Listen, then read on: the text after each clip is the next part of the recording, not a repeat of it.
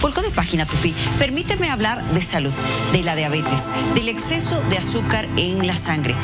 Todos tenemos un familiar, un amigo, un conocido que padezca esta enfermedad de diabetes, diabetes tipo 2, diabetes tipo 1. Repasemos un poco de estadísticas, por favor. Los invito a ver la siguiente información. Repasamos juntos. Diabetes, incidencia en Bolivia. 7.372 casos por cada 100.000 personas entre 20 y 79 años. Aproximadamente estamos hablando de un 7%. Los casos subieron un 28% en los últimos 5 años. Miren qué interesante este dato. ¿A qué se deberá esto? Bueno, enseguida abordaremos este tema con nuestros invitados.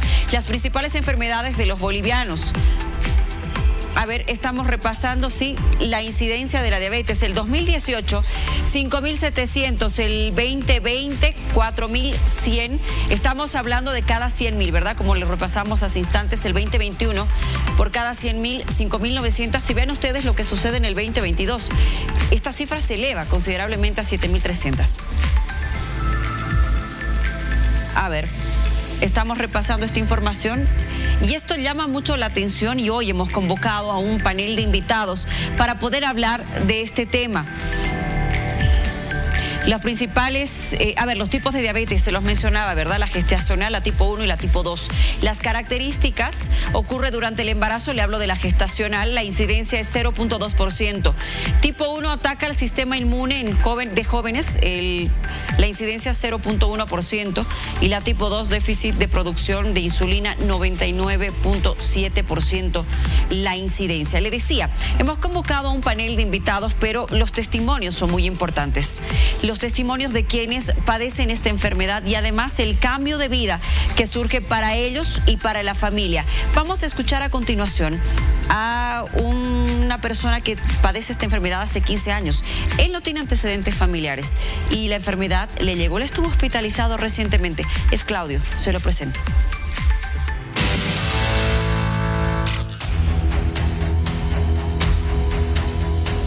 Ya cambié todo, mi alimentación cambié, sí. Cambié, por ejemplo, azúcar ya no. Me voy a mantener hasta el final con la diabetes. No se puede, porque tengo el litro 2, si fuera 1. ¿Con cuánta frecuencia va? Voy casi 20 días, 30 días, siempre voy a un chequeo. O si no voy al hospital, voy aquí al de la zona, a una farmacia que me mida. También tengo para medirme el glucómetro. Entonces, con eso controlo. Yo me había resignado a morir. Porque llegué de tal manera a pedirme disculpas después que salí del hospital. Pesaba 50 kilos y era como un niño encogido. Le dije, Tuquita, si te hice daño alguna vez, perdóname, discúlpame. Posiblemente yo me vaya, porque yo ya no me doy cuenta. Yo no me daba cuenta. Tenía solo cansancio, agotamiento y quería desvanecerme. Y de noche digo, cualquier rato me muero. Yo me cuidé mucho, pero no sigo teniendo la diabetes. Pero no puedo. Alguna vez, sí, me excedo tal vez en comer cuando me antojo. Pero otra vez estoy medio que me da mareo, me da ganas, me da sueño.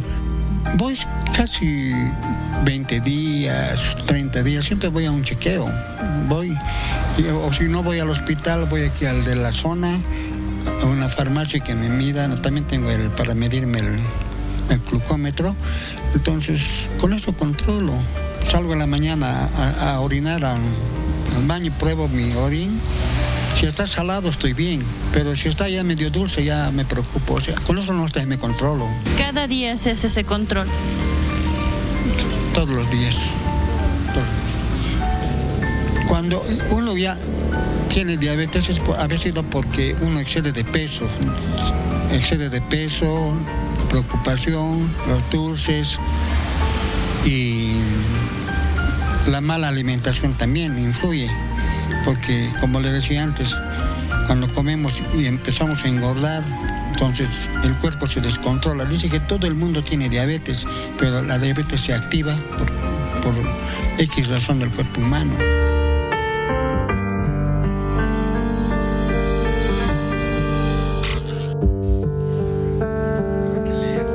como Claudio, muchas otras personas y muchas familias que de pronto tuvieron que cambiar el estilo de vida. Sigamos repasando información que tiene que ver sobre la diabetes y nuestro país. A ver, en el mundo, en primera instancia, 422 millones de personas padecen diabetes. Cada año se registran aproximadamente 1.5 millones de muertes. Esta fuente es de la Organización Panamericana de la Salud. Las principales enfermedades de los bolivianos: número 1, la obesidad; 2, hipertensión; número 3, de lo que estamos hablando, del exceso de azúcar en la sangre, de la diabetes; y en el cuarto lugar está el cáncer. Las mujeres sufren más que los hombres de diabetes y obesidad. Los hombres sufren más de hipertensión, valga la aclaración. Y por último, por favor, repasamos los siguientes principales síntomas de esta enfermedad: poliuria y polidipsia, aumento en la frecuencia urinaria y sed extrema, pérdida de peso a pesar de un aumento en la ingesta de alimentos, fatiga y debilidad debido a la incapacidad del cuerpo para utilizar glucosa, cambios en la visión, problemas visuales como visión borrosa, puede ser, cambios de humor, cambios en el estado de ánimo e irritabilidad, infecciones frecuentes, especialmente en la piel y el tracto urinario. A ver, estamos dándole estos datos y enseguida le decía, vamos a conversar con profesionales. Pero quiero, por favor, yo sé que usted se ha quedado con la historia de nuestro amigo Claudio, que tiene una segunda parte, cómo él y la familia afrontan esta enfermedad. Adelante, producción.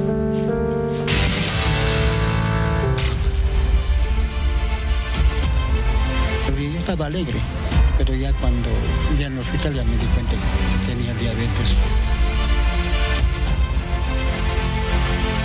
Si uno toma con mucho azúcar, pero había sido que después al doctor le expliqué, había sido por estrés. Yo no pensé que tenía diabetes, jugaba, como les decía, jugaba fútbol, me gustaba el fútbol y fuimos a un campeonato y me daba sed y sed. Entonces ellos, mis amigos, festejamos, amigos campeón, festejamos y tomamos, empezamos a tomar, a beber. ¿Tomaba gaseosa? Sí, me entré al auto y era las 6 de la tarde y en el auto ya me desmayé. Entonces ya me llevaron al hospital, o sea, me llevaron al hospital con coma diabética. Había estado con 587 de elevado de azúcar. Entonces el doctor dijo, gracias a Dios que usted no se murió, era para que se muera. Ahí empecé recién a darme cuenta que tenía diabetes porque yo usaba bolsa, plástico, jugaba fútbol, trotaba, era gordito, pesaba 89 kilos, hasta 91 llegué.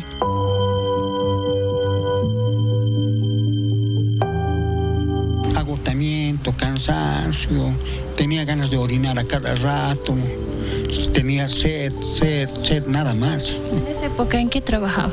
Yo tenía movilidades y hacía trabajo. Tuve una empresa de radiotaxi. Entonces siempre con los compañeros iba a compartir, a comer, a tomar refresquito. Y siempre hacía deporte. Jugaba fútbol, jugaba racket con los amigos. Hacía deporte. Y aún así, haciendo deporte, nunca hubiera imaginado tener diabetes. No, nunca me imaginé. En mi familia nadie tiene diabetes. Yo soy el único. Y de ahí el doctor me dijo, no tiene que comer pan, arroz, fideo, papa. O sea, ya me prohibió de todo comer. No puedo comer tucumana, salteña. Casi difícil es cumplir lo que te dice el dietista del hospital.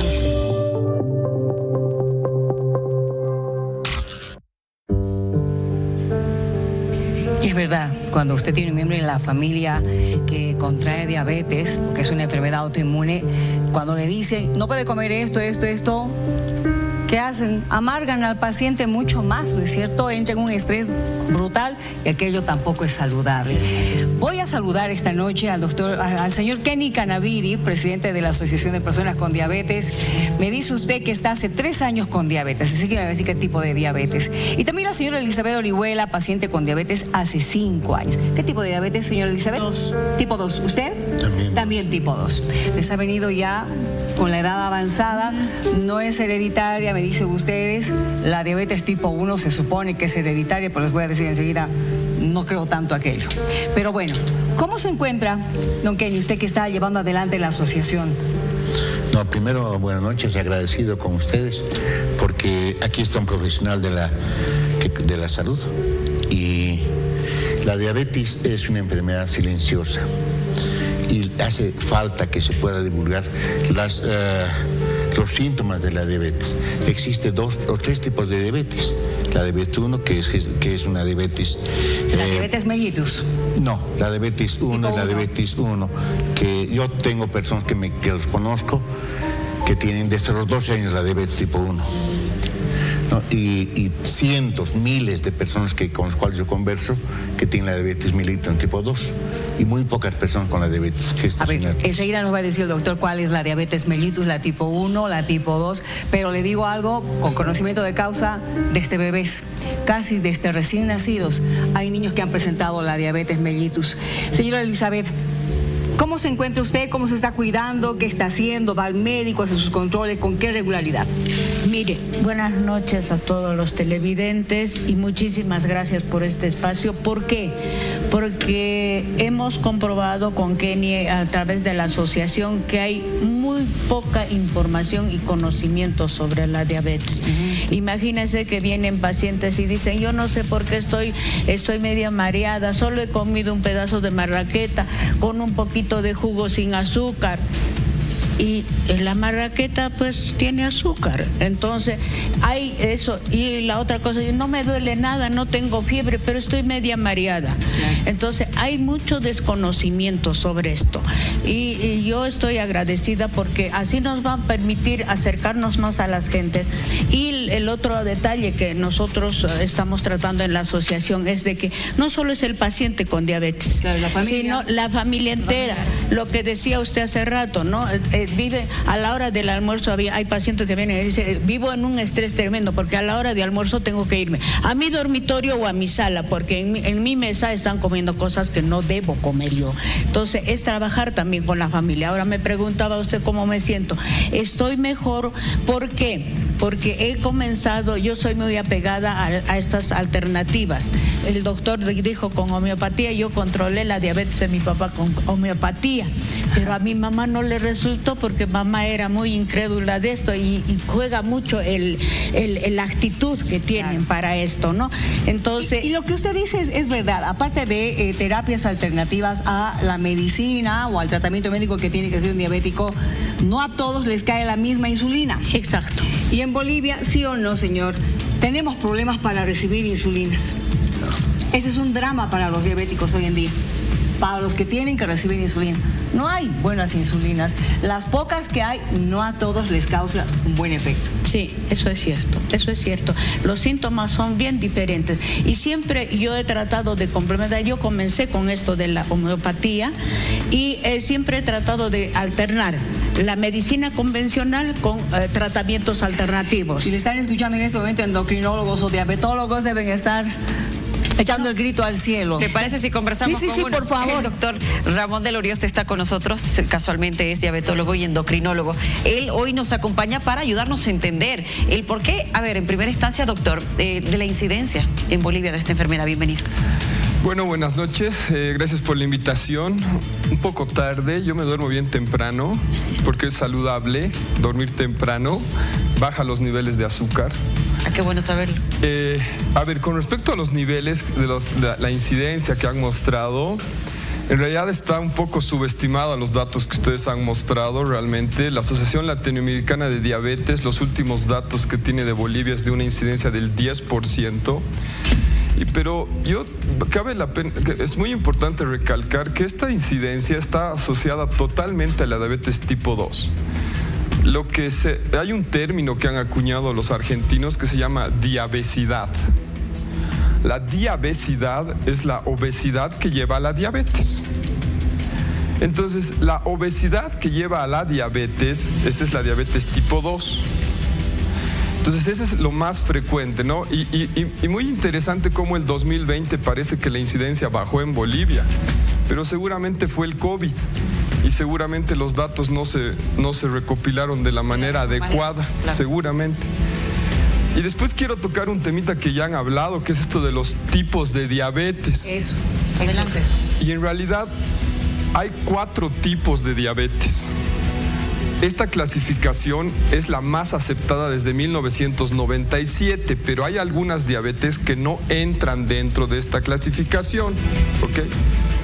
Entonces, las 4 principales, digamos, clasificaciones de la diabetes, hay la cuarta, la que ustedes no han mencionado, se llama otros tipos de diabetes. Yo siempre la menciono, el miércoles voy a dar una charla en el colegio médico, a médicos voy a mencionar de igual manera, porque por ejemplo, el COVID es una causa de diabetes. El COVID es un virus que inflama las glándulas, inflama la tiroides, inflama el páncreas. El COVID como tal es una causa de diabetes tipo, ¿no? Tipo otro tipo de diabetes, y ese otro tipo de diabetes está clasificada con A, B, C, D, E, F, G, H, I, J. Y entonces la diabetes infecciosa es la H.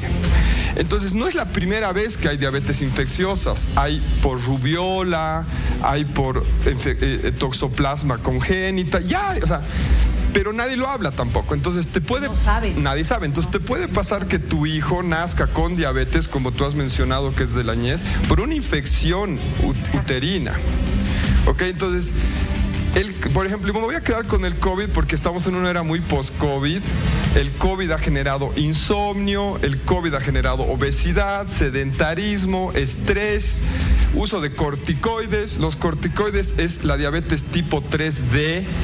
Los otros tipos de diabetes, la fracción D, ¿ya? Esto, digamos, es algo que, digamos, tú decías, ¿cuántos diabetólogos hay? Bueno, no sé, pero yo me siento a hablar de estas cosas y nadie sabe. Creo que con las manos puedo contar y me sobran los dedos. Y, digamos, y yo era un alumno promedio en Argentina, o sea, no es que voy a decir, pero estas cosas nadie las habla. Entonces, si tú tienes en esta era post-COVID, tú tienes un paciente que, digamos, que estaba con sobrepeso, que entró a trabajar a su casa todo el día, aguantarnos a los hijos, la mujer aguantarlo a él, y ahí es donde vamos a ver este tema, digamos, de la familia que ustedes han tocado, claro. Que hay estudios, hay un estudio a nivel mundial con 170,000 familias, los efectos de la diabetes sobre el paciente y los efectos del paciente sobre la familia. Imagínense, a ver, si tú tuvieras tu marido que se levanta 6 veces a hacer pis en la noche, porque eso es lo que es la nicturia. Claro. La polidipsia, lo dicen, va mucho al baño. Sí, va mucho al baño a las 3 de la mañana. Si una persona hace pis 10 veces en un día, 3 ha sido después de la medianoche, por lo menos. Imaginen el problema que es para la mujer o para el hombre, para la pareja que duerme al lado. Claro. ¿Ok? Entonces, ese es un tema así, porque es un tema enorme, emocional, el duelo, ¿no?, de la pareja, mi pareja era sana, o el duelo del paciente, yo era sano hasta que he tenido diabetes, ¿no? Entonces, y voy a tocar una cosa más que me parece importante que has hablado, y dice, la diabetes mellitus. Diabetes mellitus significa, diabetes es como la miel, no, diabetes es que fluye como un río, del griego, y mellitus es como la miel, entonces fluye como un río de miel. ¿Qué fluye como un río de miel? La orina. La orina fluye como un río de miel, y hace 1000 años se diagnosticaba diabetes probando la orina. ¿Esto sabe a miel? Sí, tiene diabetes mellitus este hombre. Y por eso existe otra enfermedad que es la diabetes insípida, que no tiene nada que ver con estas diabetes, pero por si acaso lo hablemos, porque la gente se puede confundir. Yo tengo diabetes insípida. Bueno, eso no tiene nada que ver con el páncreas ni los carbohidratos, tiene que ver con que probaban y no sabía nada. Era insípida. Entonces el nombre viene de ahí, viene del sabor de la orina a miel, de cómo la gente orina miel, y cómo hasta el día de hoy vienen pacientes y nos dicen, doctor, yo hago pis y van las hormigas. Exacto. Doctor, yo hago pis y se queda como cal mi orina. Bueno, ese es el nombre de la diabetes mellitus. Entonces, las diabetes mellitus son varias, 4, pero dentro de esa cuarta hay COVID, hay corticoides, hay infecciones congénitas, hay mutaciones de la mitocondria, pero si quieren podemos hacer 6 meses de posgrado de diabetes, ¿no es cierto? Es un tema súper amplio. Pero qué bueno. Pero que más o menos pregunta, ese pantallazo claro, me parece. Y un dato más que me ha parecido interesante, han dicho ustedes 435 millones de personas con diabetes. Bueno, se estima que el 50% de la gente con diabetes no sabe que tiene diabetes. Eso es lo más grave. Y puede estar hasta 10 años con diabetes sin saberlo. Y eso es muy importante. Vienen, doctor, desde que usted me ha diagnosticado diabetes, estoy triste, ¿no? El duelo. Pero usted no tiene diabetes desde el día que yo le he dicho. Usted tiene diabetes hace 5 años. Usted tiene diabetes hace 3 meses. Para mí por eso es importante trabajar el momento del diagnóstico, porque uno puede empeorar la emocionalidad con un diagnóstico brusco. Entonces, hay que explicar, la mayoría de las personas ya vienen con mucho tiempo de diabetes, excepto una diabetes gestacional pura, ¿sí? Porque por lo general muchas mujeres que hacen diabetes gestacional ya tenían alteraciones del azúcar previo. O una diabetes tipo 1, que es esta clásica autoinmune, ¿ya? Que esta sí que no tiene ninguna, son puras hipótesis. ¿Por qué le ha dado diabetes a mi hijo de 14 años, que es el pico de edad de diagnóstico? A los 2 años. Póngale a los 2 años. A los 2 años. ¿Por qué le ha dado diabetes a mi hijo a los 2 años? Hay muchas hipótesis, pero nadie sabe por qué. Esa es la realidad.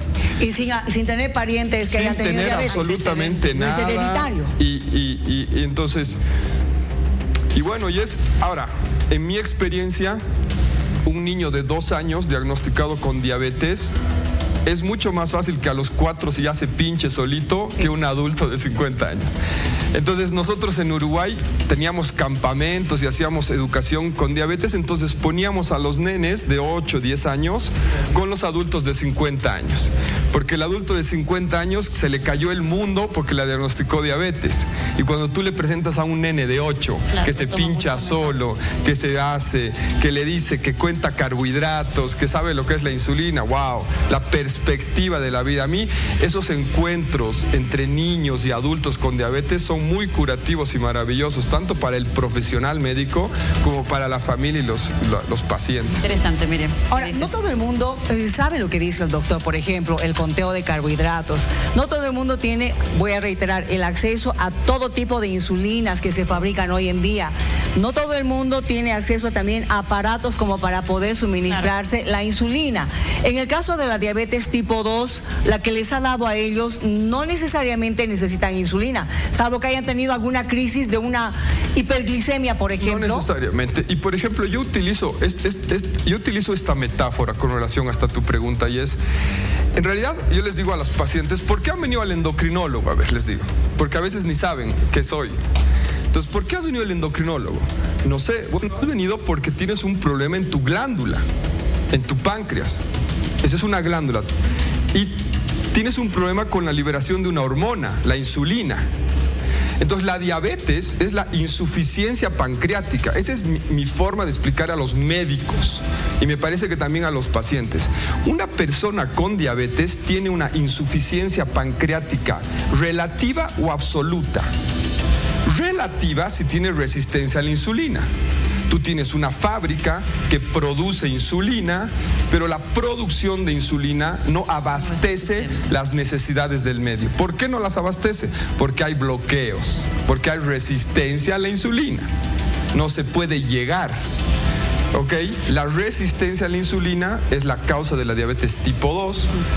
En cambio, una insuficiencia pancreática, ¿no?, terminal o irreversible es un paciente que su páncreas ha dejado de funcionar, por ejemplo, por autoinmunidad.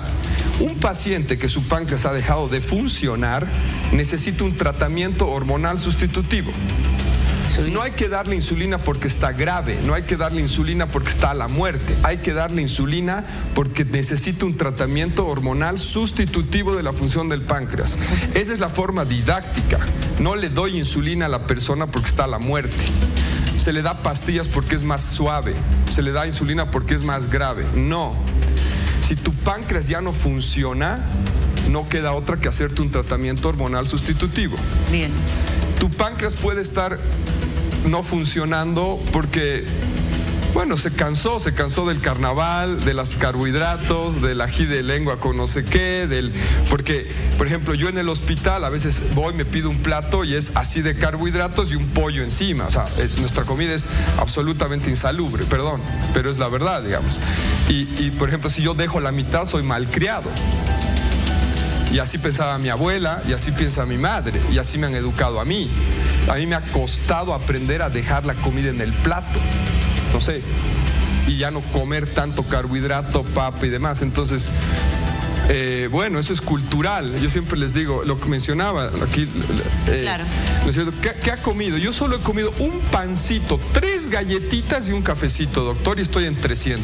Claro. Y bueno, ha comido 100% de azúcar. Sí, todo tiene azúcar. 100% Doctor, de azúcar. permítame, por favor, que en Santa Cruz, Tufi tiene algunas consultas, perdón, Miriam. Adelante, Tufi. Sí. Buenas noches, doctor. Mire, me agarro del dato de que el 50% de los pacientes que tienen diabetes podrían no estar enterados y de que la enfermedad es silenciosa. ¿Qué recomienda usted en cuanto a controles, considerando que después del COVID podríamos ser todos proclives a estar diabéticos? ¿Qué tipo de controles hay que hacerse? ¿Cuánto ayuda a hacerlo de manera más tempranera que luego detectar la enfermedad? Bueno, digamos, la Sociedad Latinoamericana de Diabetes recomienda que toda persona con sobrepeso y mayor de 35 años se haga chequeos de sangre, ¿ya? Entonces, en realidad, yo ahí lo que quiero un poco mencionar es, yo siempre les digo a los pacientes, ¿yo tengo sobrepeso o no? ¿Qué les parece? No parece. No parece, pero tengo cintura de riesgo. ¿Ok? Entonces, nosotros hemos normalizado la obesidad. Hemos normalizado tener niños gorditos, hemos normalizado tener adultos gorditos y consideramos obesos solamente a los mega obesos. Pero ya muchos estamos ya con sobrepeso y obesidad desde antes. Entonces, y además hay un tema que lo hemos hablado en la última reunión de la sociedad, y es que nosotros en Bolivia tenemos mucha carga asiática. ¿Qué significa eso? Que tenemos genes asiáticos y los asiáticos se enferman con diabetes con pesos más bajos. Entonces, datos al respecto. Entonces, una mujer que pesa 80 kilos tiene más grasa que un hombre que pesa 80 kilos. ¿Ok? Entonces, por eso hoy en día, por ejemplo, yo en la consulta hago impedancias hoy en día. ¿Por qué? Porque ya no importa tanto cuánto peses, sino cuánta grasa y cuánto músculo tienes. Puedes ser muy pesado y ser un fisicoculturista, pesar 100 kilos y ser re fuerte. Y puedes pesar 60 kilos y estar lleno de grasa y hacer diabetes, ¿ok? Entonces, es muy importante hoy en día la cantidad de grasa y la cantidad de músculo que tenemos y no quedarnos solo con el peso. Un asiático con el mismo peso que un latino hace ya diabetes. Entonces, hay que ver, nosotros tenemos esa como herencia medio asiática, ¿sí? Y bueno, en Bolivia en realidad tenemos multicultura, ¿no? Entonces hay que ver también los genes de la persona. Una persona con herencia caucásica, por ejemplo yo más caucásico, me puedo permitir una barriga más grande, ¿ok? Por genes. Entonces, los caucásicos o europeoides que se denominan pueden tener una cintura de 100 centímetros, pero alguien con ascendencia indígena, cherokee, aymara o ¿no? del norte de Chile, con cinturas ya de 100, pueden ya hacer diabetes. Ay, ¿Okay? Me he acordado de lo que dicen. Dime cuánto mide tu cintura y te diré qué riesgo tienes. Y es lo primero que nos dicen, ¿cierto? En el tema de la diabetes. ¿Cómo estamos ayudando a quienes pertenecen a la asociación, señor Canaviri? Sí, es algo que me gustó la pregunta de Santa Cruz. Sí. ¿Cómo podemos detectar a tiempo? La detección temprana de la diabetes parte de la responsabilidad de algunos que no son profesionales como el profesional, de algunos que hemos sufrido la diabetes. Claro. Yo tengo aquí una gran persona. Yo he estado 3 años con pie diabético y con curación de varios profesionales y seguía hasta que vino ella y me puso simplemente una hierba que es el itapayo. Itapayo. Y yo ahora les puedo mostrar, si es que me permite, mi pie ha empezado a dejar de tener ulceraciones. Me ha parecido magnífico eso. La explicación de un gran profesional me agrada, pero ¿cómo se aparta el profesional de la realidad del diabético? La única respuesta para mí es la detección temprana de la diabetes tipo 2. Todos podemos hacernos una prueba que nos lleva 3 minutos. Exacto. De la presión arterial y de la glucosa capilar. Eso me parece que podríamos empezar a hacerlo, a practicarlo, y así hemos de detectar. Y es algo cierto. Nosotros estamos en San Francisco, en la farmacia franciscana, gracias a la buena voluntad de los propietarios y de los dueños de casa, que son los franciscanos, sí. Y vienen personas que, y a mí me duele, me da ganas de sentirme muy mal, de 5 personas diabéticas, 3 no saben que son diabéticas, pero lo vivo al frente, lo vivo día a día. Un médico de la calidad profesional que tenemos ahí al frente, seguramente lo preparan y él se prepara para recibir. Yo a diario tenemos enfermeras, tenemos 3 médicos, 2 psicólogos, y a mí me toca hablar con la persona diabética, ¿no? Y yo a veces me molesto con la señora Elizabeth porque ella se empieza a dar de comida, se empieza a hablar de cosas. Y yo siento la responsabilidad de cubrir a la persona diabética, porque emocionalmente se siente mal, ¿no es cierto? Es verdad. Se siente mal. Entonces, eso estamos haciendo en la Asociación de Personas con Diabetes. ¿Qué está tomando ahí, señora Elizabeth, en ese vasito? ¿Qué es? Nopal. Nopal deshidratado. Lo deshidratamos y es como un polvito. ¿Ya? Y simplemente en esta cucharillita, en el agua caliente, no hirviendo, caliente, lo echa usted, lo disuelve, espera que reposa un poquito y se lo toma usted. Ayuda a las consecuencias que puede traerme la metformina. Ayuda a bajar la glucosa, porque reviste ese gelcito que tiene el nopal, reviste las paredes internas de los intestinos y el estómago. Qué bien que me habló de la metformina, porque la metformina tampoco cae bien a todo el mundo. Eso, y hay que tomarla. Sí. No queda otra. Sí.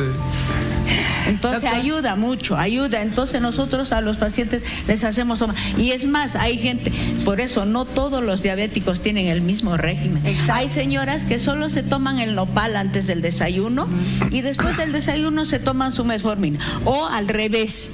Entonces dicen, no, así me cae mejor, así me queda mejor. Entonces eso ayuda. Los productos naturales que tenemos no sustituye al tratamiento convencional. Definitivamente, pero le van a ayudar. Eso. La homeopatía. Exacto. ¿Cómo?